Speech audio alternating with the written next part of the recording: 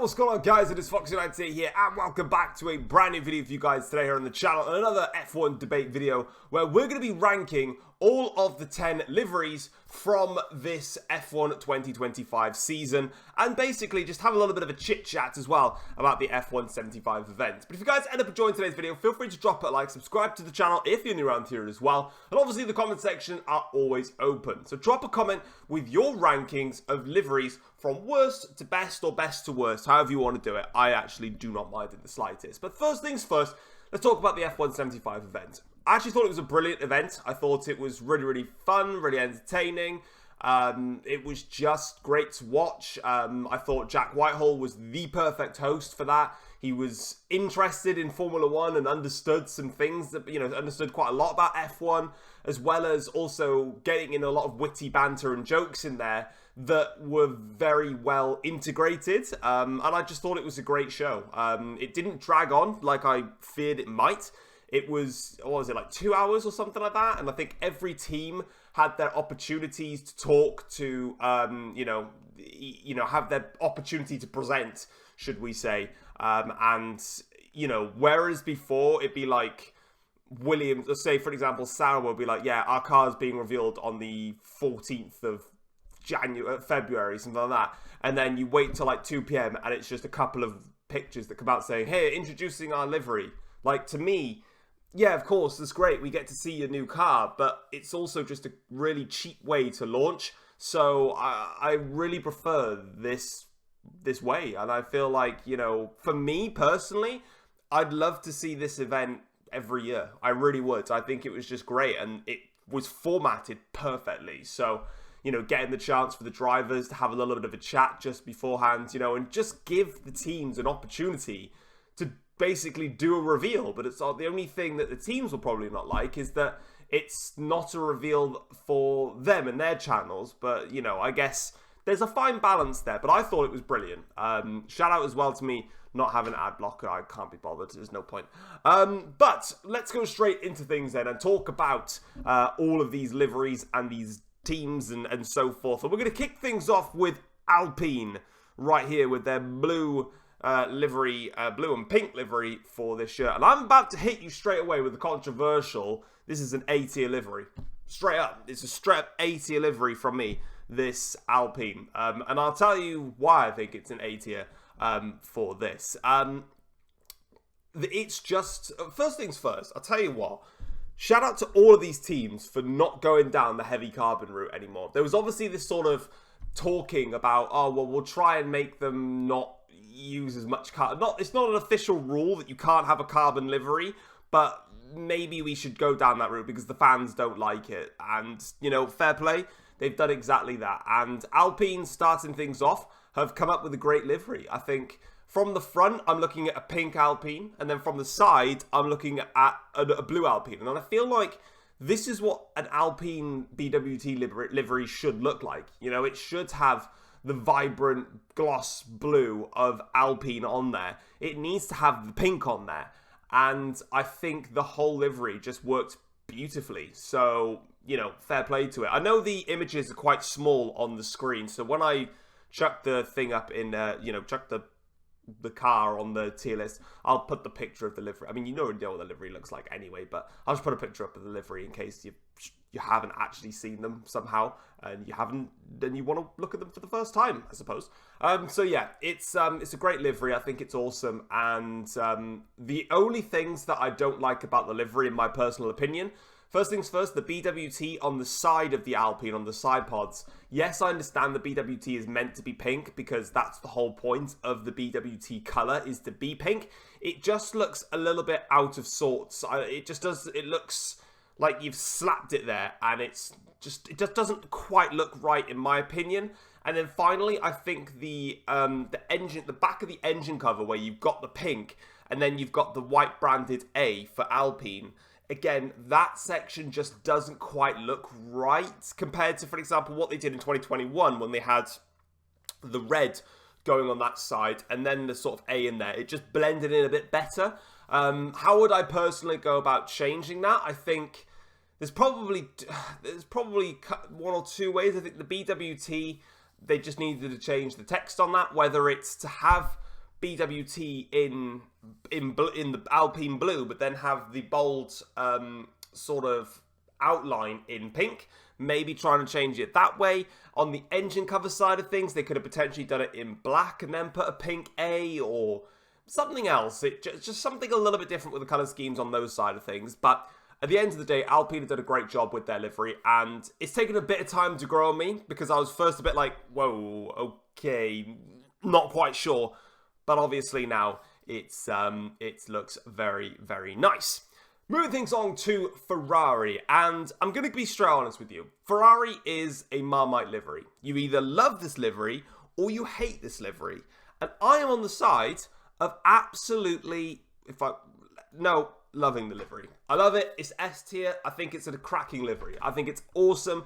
And I'm going to be honest with you guys, a lot of these liveries are going to be very high up on my tier list because I think most teams have absolutely nailed it this year with their liveries. So, don't really expect a lot in the same categories. But obviously, it is in the S tier. So why do I absolutely love this livery? Why do I basically have so much interest in the livery? So, first things first, I think it's funny because a lot of people say that it's a downgrade on last year.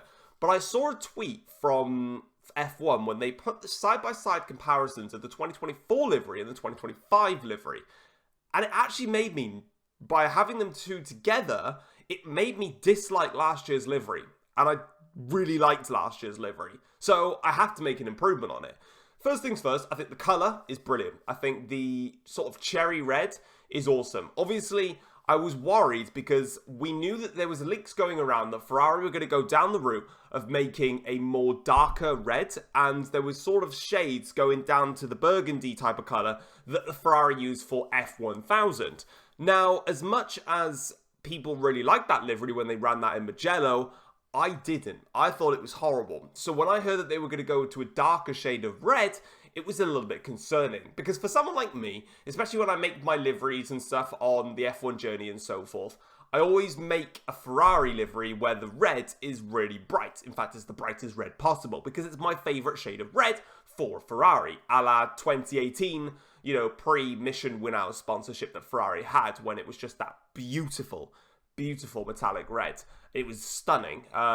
But this red, it's actually not that terrible. And especially now that I've obviously included the image here that is from when Ferrari went out on the test track in Fiorano. Seeing the car in the daylight is very different to seeing the car at the F175 launch event. Because at the F175 launch event, it's obviously a very dark arena and it's lit up by basically spotlights, and it doesn't quite give the exact shade of what the car looks like. So while you can get a baseline for what the livery is, you kind of can't express the full colours of it because of the fact that it's not using pure daylight running like this Ferrari is. So I love the red on there. A lot of people have been complaining about that there's too much white and that the engine cover is a little bit of a silly design. Now, I know why they've done it. Obviously, they need to get the HP logo blended in better. Could they obviously have put the HP logo somewhere else? Yeah, I mean, they could have put it next to the Shell logo and then had where that white bit is some of the other sponsors in like black, one like at the top of the engine cover and one on the side pod, one on the bottom of the engine cover. They could have possibly done that, but for people saying that there's too much white on it, I don't really think that there is. I think, a lot of people, for example, really liked go back and look at the F1 2017 livery that Ferrari ran, because if I'm confident off the top of my head, and I'm going to quickly Google it at the same time here, Ferrari's F1 2017 livery literally had a whole white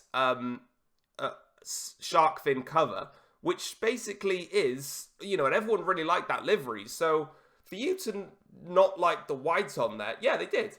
So, okay, there was a little bit less white on other areas of the car, but I'll put a picture up on the screen so you can see it.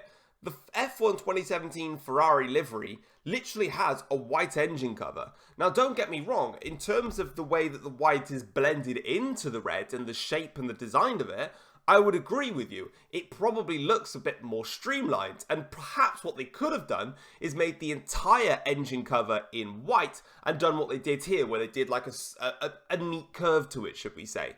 So that is definitely something that they could have done, but there's not really anything that I would say that I would complain about with the livery. I think it's great, and, you know, overall, it's a stunning livery. And like I said, it is Marmite though. You're either going to love this livery or you're going to hate it. And I love it.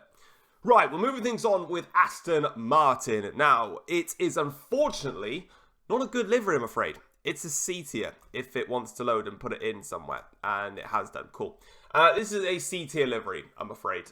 It's a big downgrade on last year's livery. Very rare. A lot of these liveries, I'll be honest, are upgrades on what they had last year. But unfortunately for Aston Martin, this is a big downgrade. Where do I begin? Well, first things first. This is not a D tier livery. It's not the worst of the bunch. I could rename these, but you know, it's not a D tier for me. I think what saves the Aston Martin from being basically not a D tier is obviously the green is pretty much fully present on the car, so it still looks very, very nice. Obviously, they've still got that sort of lime greeny yellow stripe going across. I do like those. I still wish they used a bit more of that extra colour, but they're not.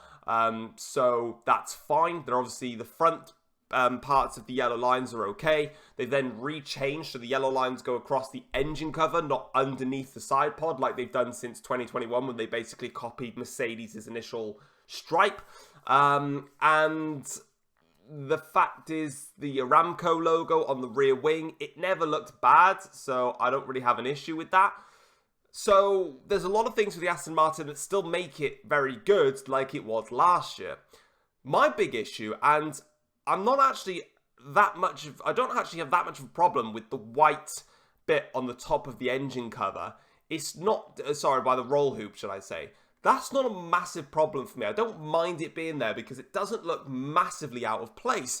The problem is they've blacked out the Aramco sponsor on the side pod for no reason whatsoever. It just looks stupid. I don't know what they were thinking when they did that. It's not going to be a sponsor issue because they ran it all of last year with, well, Aramco as in green. There was no need to change it, and they did. So there's not really much to say about it. It's just a bit bland and boring, and I don't really like it. It's not that cool. So yeah, unfortunately Aston Martin downgraded from last year, and yeah, the white's fine, but I'm not a fan of the black on the side, and that was quite disappointing because I saw the car coming out from the front angle at the event, and it was obviously, you can't see the black on the side pods, but I'm seeing basically the same color scheme, and I am literally going, all right, it's the same. But I wasn't going to be massively disappointed with that. And then I saw the numbers, and they were obviously in that, you know, that lime greeny yellow color, and I'm thinking, okay, there's maybe some change here. And obviously on the side then I saw that and I went, oh Christ, this is a problem. So yeah, unfortunately it is what it is. So yeah, shame for them, but you know, is what it is. Right, next up then we're going with Haas, and this was a tricky one for me to put this one. It was either going to be a B tier or a C tier, but I'm actually going to give it a B tier. I don't think it's as terrible as what I first thought at the time, and I'll basically explain it. So at the time, it just didn't really strike out to me as anything quite dramatic. I actually thought it was quite bad. But now that I see it a bit more, I'm kind of digging it a little bit. So I like the color scheme. I like that they've obviously put in a bit more white. I like that they've separated the white and the black with a strip of red in quite a lot of areas of the car. I think that looks very, very nice. I just think that the overall color scheme of Haas is just boring, I think. I think white and black and then bits of red in there. It just, I don't know, it's just a bit boring. It's a nicely designed livery. You know, in terms of changes I'd make on this, I'd just try and do a little bit more with the engine cover. Try and do a bit more with the white and the reds that you have. And then for me, I think the Haas on the side pod, having that text in black, it doesn't work for me. I would rather they tried it in red and, you know, maybe did a bit of black and red. So you had Haas in one of the, the Haas in like, even if the Haas was in the black and then you did the outline of the Haas in a red to try and just jazz it up a little bit, because right now it just doesn't look good. And yeah, it's just in the middle. I don't think it's terrible. I just think the color schemes, if they're going to keep with those, they are their color schemes. I just think they need to be a little bit better integrated. I don't know. And the more I'm talking, do you know what? The more I'm talking about it, I'm putting it down in C tier. Sorry, it's not gelling with me. It just isn't. It's decent. Don't get me wrong. There's some nice things on it. It's definitely better than the last year's livery, which is obviously silly for me to put it the same as a livery that's worse than last year. But I'm just not gelling with it. Let me know what you think anyway. McLaren, I'm going to put it in B tier. The reason for it is I wasn't really a massive fan of the livery last year. It wasn't really something that just stood out to me and gave me that wow factor. I completely understand why McLaren have opted to keep the livery for this year. As they said, they wanted to basically build an iconic livery scheme set, if that makes sense. Obviously, last year was a championship winning livery, so they want to basically run it again. That's fine. I just think that the color scheme of the black and the orange is awesome. I've got no issues with that. I just think the way that they've designed the black and the orange and put it onto the car just could have been done better. I get it with the chevrons. They're trying to make it so it's like the Marlboro livery, where they genuinely had those chevrons in there with the white and the red. But the thing is, it just looked better on those cars. It's not as good as it is on this one. So that's where I'm kind of like, we need to think about something here. So that's kind of why I'm in that position. Also, the front wing is a little bit of a downgrade. I get it. It's a MasterCard logo. It's a sponsorship. It's a bit, I don't know, it just looks a bit silly and stupid. What I do like, though, is on the very front bit, or the very bottom bit of the front wing flaps, is that they've had the McLaren written on, it just says McLaren on the logo, and that's in orange. And that's pretty cool. And that's generally what I would change. Anything that's on this car that's in black, the sponsors that are written in white, if you can, obviously I get that you may not be able to for the reasons of the sponsor wanting it, but if you can, just put those sponsors in orange. And I genuinely think it would just work a lot better. So, that's my personal opinion. It's not a bad livery. It's just one that, because it never grew on me the first time around, when I see it again, it doesn't grow on me again. I hope that kind of makes sense. But anyway, let's get straight into the next one then. And it is Mercedes-Benz. And I'm going to have to do this. S tier. I think it's awesome. Let's get straight to the facts here. So, I'm pretty confident that when I did a livery ranking last year, and I didn't do it as a tier list, I did it as a, worst to straight best, I put Mercedes at the top. And it was because it was genuinely an absolutely stunning livery. And what Mercedes have managed to do here is, it's weird for me to say it, but I feel like they've actually fixed it. And, a lot of people, they say, if it ain't broke, don't fix it. Well, I feel like they've actually fixed it. And I'll tell you what I think about it. So first things first. Obviously, the silver and the black, it's the staple for Mercedes. It looks awesome. It's the same, obviously, the design, same patterns and so forth. What they've done, which I think fixed it, first things first, is the stars on the back of the Mercedes engine cover. This year, they've gone with a lot more of those silver stars, but they've actually done a lot more of them, and they've made them smaller. Last year, they had all those Mercedes stars on the back of the engine cover, but there was a little bit less of them, and they were slightly larger. I'm the type of person that when I see these Mercedes liveries, I prefer the stars on the back of the engine cover when there's more of them and they're smaller. I just think they look better than having less of them and bigger ones. So that's a pet peeve thing for me. So that's why I feel like they've improved it.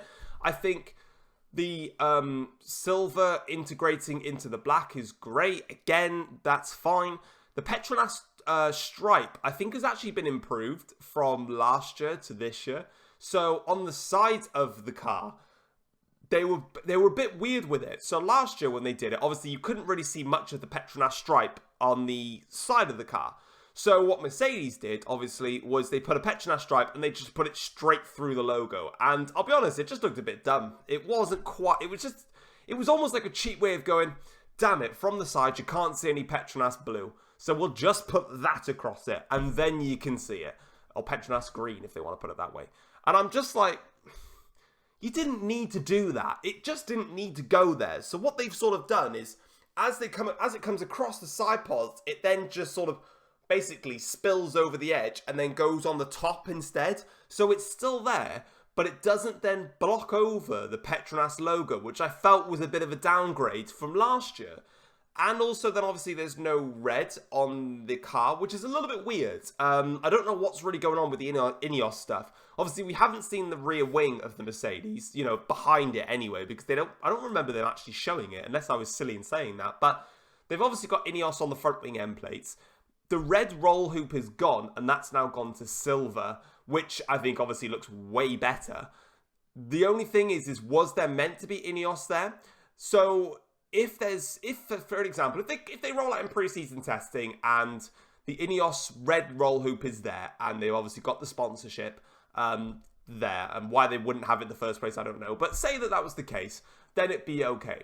However, if they come to pre-season testing and they've got that silver roll hoop in there, with no sponsor written in there, and it's just as it is, it will feel quite empty. And that would then mean that I'd want to make a few changes, be it basically you've got the gradient of the silver on the top surface of the side pod going into the black, then you've got the roll hoop going from a silver gradient into black. That then leaves this middle bit where in between those, it's just pure black. You then basically want to have that whole piece in silver and fade the whole piece into black. That's kind of where I'm going with here. But obviously if they roll out with the reds on the top of the roll hoop, I get it, and then it makes sense. But when you've got the silver on the top there, you want to gradient the whole thing.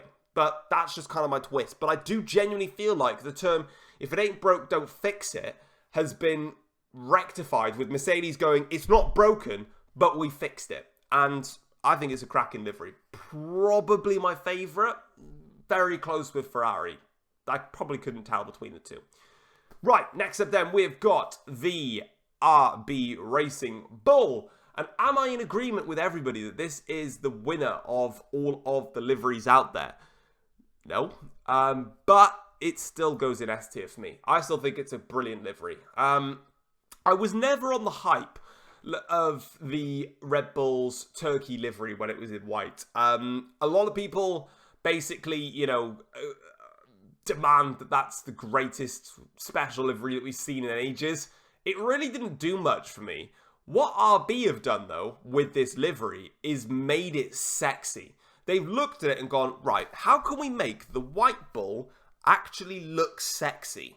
So what have they done that, for me, makes it look sexy? Well, first things first, they've obviously integrated a bit more of Red Bull within the brand. So they've got the Red Bull, they've got the yellow nose and the yellow engine cover. Now, if I can remember from the Red Bull's special branded livery, they didn't have the yellow on the nose in 2021, and I don't think they had the yellow on the engine cover. I could be wrong on that one. I might have to Google it as I'm chatting. In fact, I'm going to Google it as I'm chatting because it is now very much annoying me and I need to know. So, let's figure this one out together.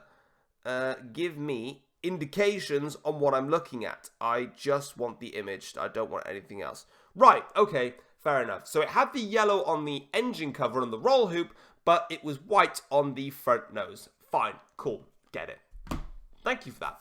So, it's obviously got the yellow on the front nose, which is better. I think that's the case.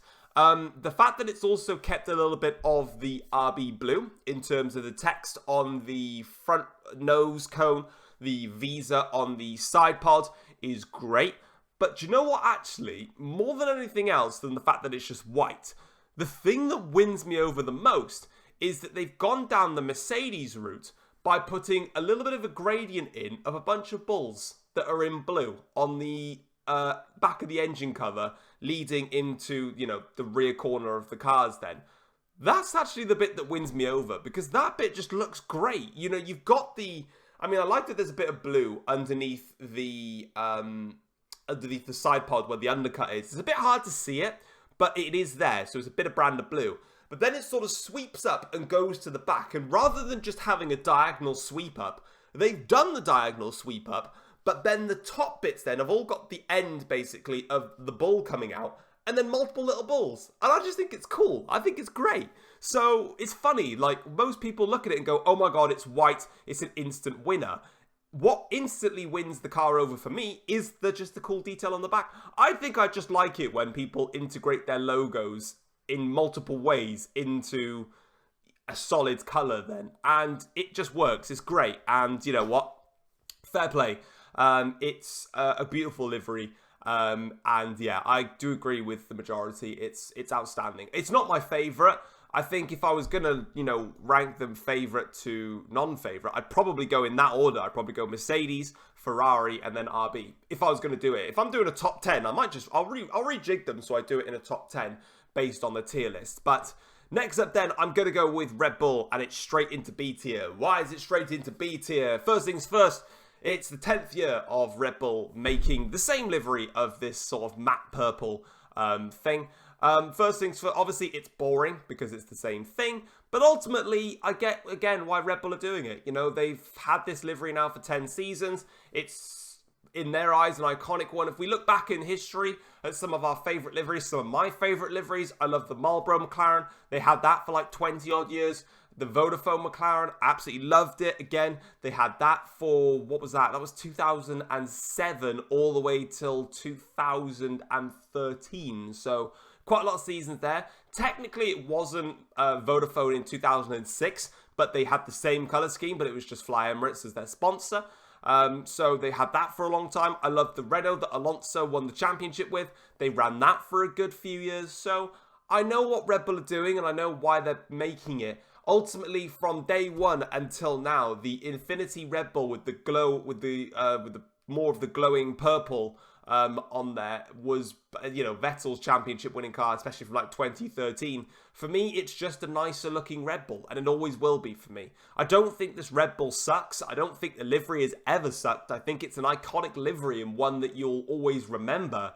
It's just not one that stands out to me and goes, yeah, I absolutely love this and it makes me happy in my pants. That's just the baseline of it. There's not really much to talk about in terms of the car. I just wish that they just did a bit more to the livery. I feel like, imagine if on that side pod you just had that glowing purple in there, you know, and some of those stripes when they had the yellow, the red, and the silver stripes in there, just be a bit more creative. And maybe, to be honest, there's no point in saying be a bit more creative, because ultimately, if you just ran the Infinity Red Bull colour scheme on the sponsorships that you've got here, it would probably go in S tier for me. I just don't hate the Red Bull livery.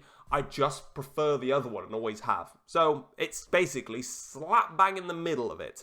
Right, Kick Sauber. Welcome, my friend, straight to D tier, my son. This livery's crap. Let's just get straight to the point here. It's actually a downgrade on last year's livery. It sucks. And the thing that makes it worse compared to last year is that the renders, which you can see here in this very, very standout pop lime green, it's not that in real life, because we saw at the F175 launch event that the green is a lot dimmer and a lot worse than what we're seeing here. So yeah, it's just crap. I think, you know, last year they tried something a bit different with a bit of the zigzag in there, and it was a bit silly, but there was quite a couple of minor improvements that you needed to make in order to get the livery to look basically brilliant. And then they went and just thought, I know, let's just do a gradient from here to here and leave it at that. That'll do.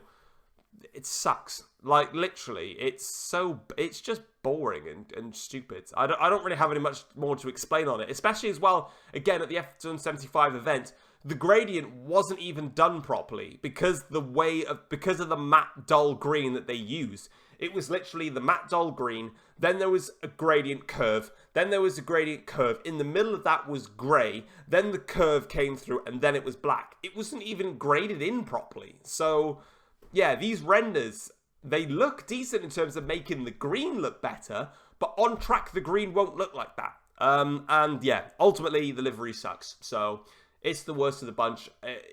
Yeah, weird era for Staycam. I like having a green team. It's cool, great, but there wasn't much they needed to do with the zigzag livery to make that one better. I mean, if they had the zigzag going across, all they needed to do was zigzag across, colour the back of it then, if you really wanted to have like a McLaren-esque type of chevron, make the full front wing green, make the full rear wing green, because they had the bottom cover green, the two end plates green, and then the base of it in black where the DRS flap was. And it's like, no, just colour the whole of that rear wing in, and you're fine. And then they went and thought, I know, let's just do this. And yeah, it sucks. And then lastly, we go to the Williams team, and I'm going to put it in the A tier.